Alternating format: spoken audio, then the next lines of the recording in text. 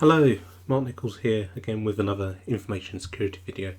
In today's video I want to talk about passwords, or in other words, the problem with passwords. So sit back, relax, grab yourself a drink and let's get started. So what's the problem with passwords? Well, generally speaking, I think users find them cumbersome and something that's a necessary evil. But it doesn't help when we find websites that have got some extreme complexity requirements for creating a password, in my opinion. So I recently came across a careers site where I was trying to sign up to create an account, and I was trying to create a password following a methodology that I do teach people during security workshops and education sessions, and it kept on coming up with an error in terms of the complexity requirements. Let's just take a quick look at what I was getting. So if you look here at the screen where we're creating an account, I'm not going to name the company to protect them, but if you have a look, we've got to have an alphabetic character, fair enough, a special character, really, an uppercase character, a minimum of 8 characters, a numeric character, and a lowercase character.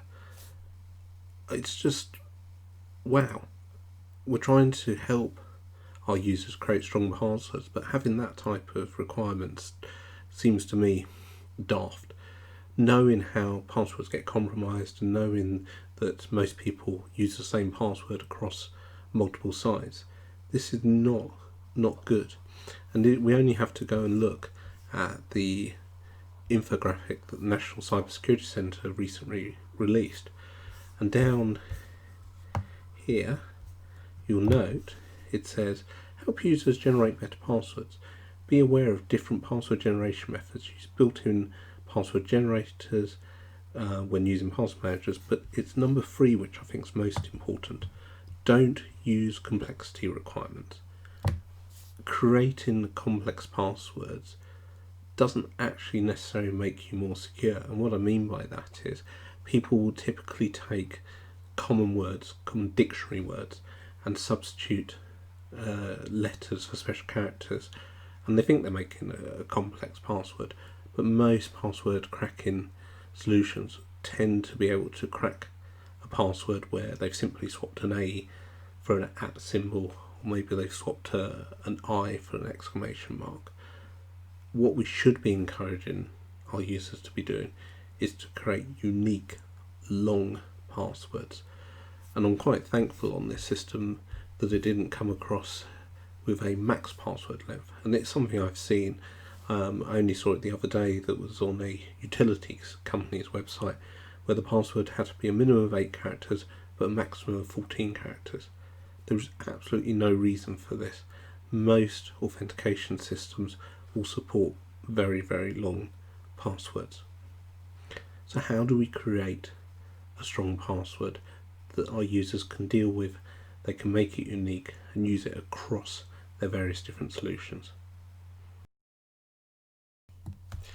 Now, when creating a strong password, this is a slide that I like to use during our education sessions and training workshops, and it's about trying to educate users to be secure in their home life, because the view is if you can be secure at home and secure your Facebook, your Amazon, your eBay, you're going to bring those behaviours into the workplace and make it a secure environment. Now, to create a strong password, I find that it needs to be all about length. If you can create a nice long password, most cracking tools will take an awful long time to break the password. It's also not easy to guess or be socially engineered. Typically when you're browsing social media, you'll see these quizzes come up where people ask you, oh, what's your favourite colour, what's your favourite this, etc. And they're generally used by criminals to get information so they can socially engineer you, but also maybe take guesses at your passwords. Now, when I try and create a strong password, I like to think of 3 words that mean something. Now, I've chosen in this example the words yellow, the word Ferrari, and the word steak. They can be anything to you. Try and stay away from words that you would use in some of those social network quizzes, because if they get all the words right, then that just adds to their toolbox in trying to break into your accounts. Take those 3 words, combine them together, then think of a memorable date. So for me, I like Christmas, so 25th of the 12th. And then you need to make it unique per site. So you'll see what I've done here. The bit in the middle, which is your 3 keywords and the memorable date, that remains constant. For each site, I'm taking letters, so for Facebook, F and B, capitalise them, stick 1 on the front, 1 on the end. Amazon, we're using the first letter and the last letter, so capital A, capital N. And then eBay, capital E, capital Y. So that meets the complexity requirements that some sites require. They're very, very long passwords, and they're not something that someone's going to guess. Yes, I showed you that example of a site earlier that required a special character.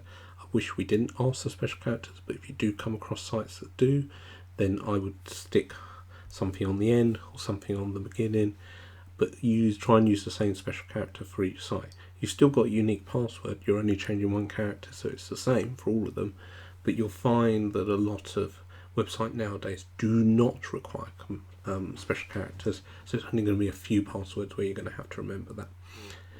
You should then be able to fairly easily remember these passwords, because the bit you're actually only remembering is the bit in the middle.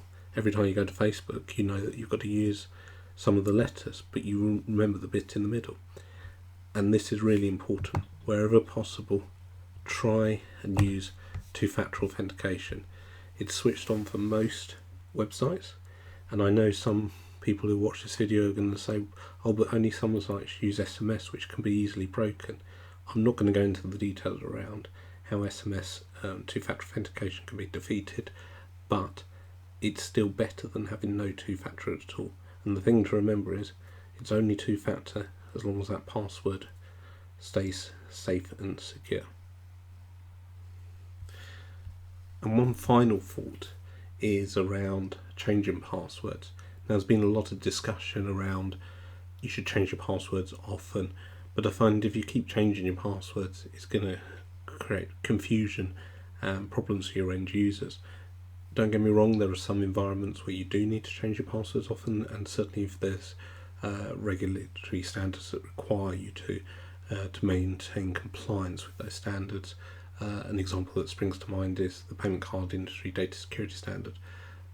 But in practice, those passwords that you're required to be changed should be only focused around those individuals that need to change them and in those environments. So it will be the passwords used for administrating payments, and it should only be the users that are taking those payments for your organisation. It shouldn't apply to the rest of your organisation. And the National Cybersecurity Centre changed its advice. It used to say change your passwords regularly, now it doesn't. Of course, once you believe a password has been compromised, then yes, it must be changed. Some people have said to me, but I've got 2-factor, why do I need to change the password if it's been compromised? Going back to my earlier point, it's only 2-factor if that password is unknown.